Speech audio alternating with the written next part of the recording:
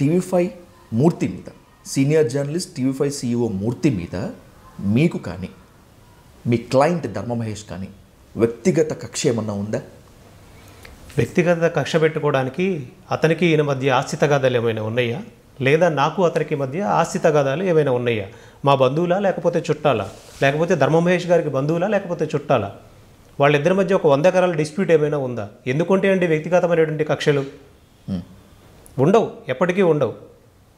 వ్యక్తిగత కక్షలు ఉండటం వల్లే, స్పెషల్ గ్రేడ్స్ పెట్టుకోవటం వల్లే మీరు కానీ ధర్మ మహేష్ కానీ తెలుగు మీడియాలో ఒక రెనౌన్ జర్నలిస్ట్ని ఈ స్థాయిలో బజారుకి ఇచ్చారు, నడి రోడ్లోకి నిలబెట్టారు అనేటువంటిది open comment. That's why I'm asking you on the record. Okay, ఎలాంటి వ్యక్తిగత కక్షలు?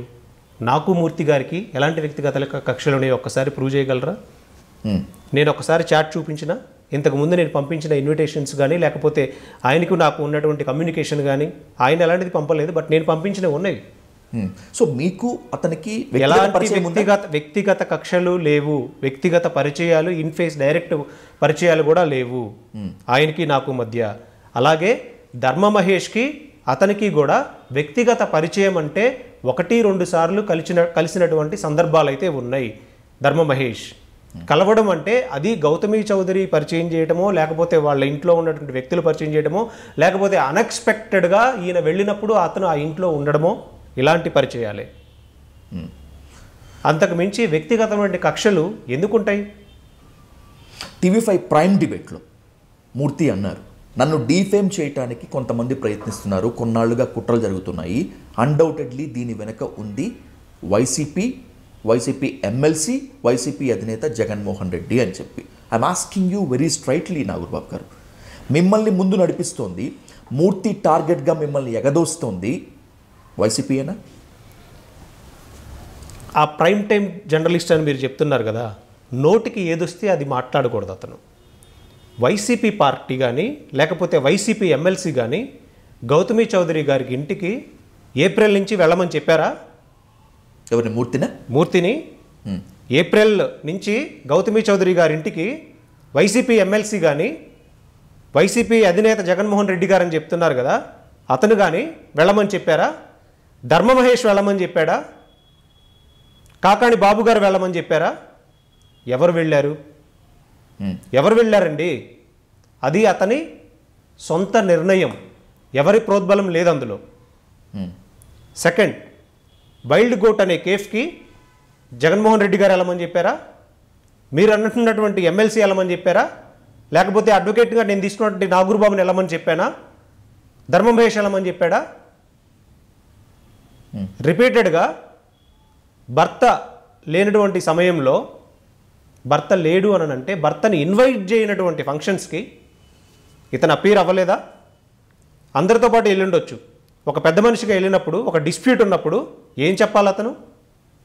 ఆ ప్లేస్లో మీరుంటే ఏం చెప్తారు?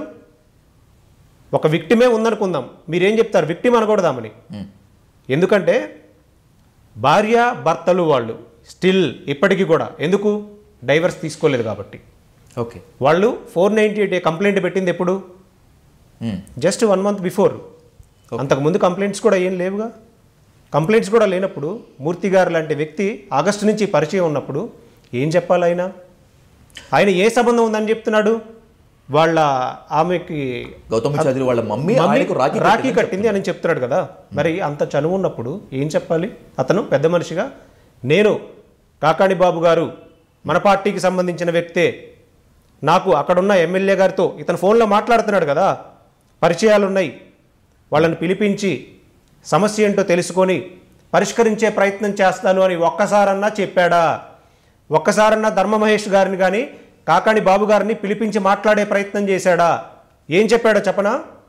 బెడ్రూమ్లో కెమెరాలు పెట్టండి, వాళ్ళ ఆడియో కాల్స్ అన్ని రికార్డ్ చేయించండి, వాళ్ళని రోడ్డు మీదకి లాగుదాం, ఎక్స్టార్షన్ చేద్దాం అని చెప్పారు. ఎవరు? మూర్తి.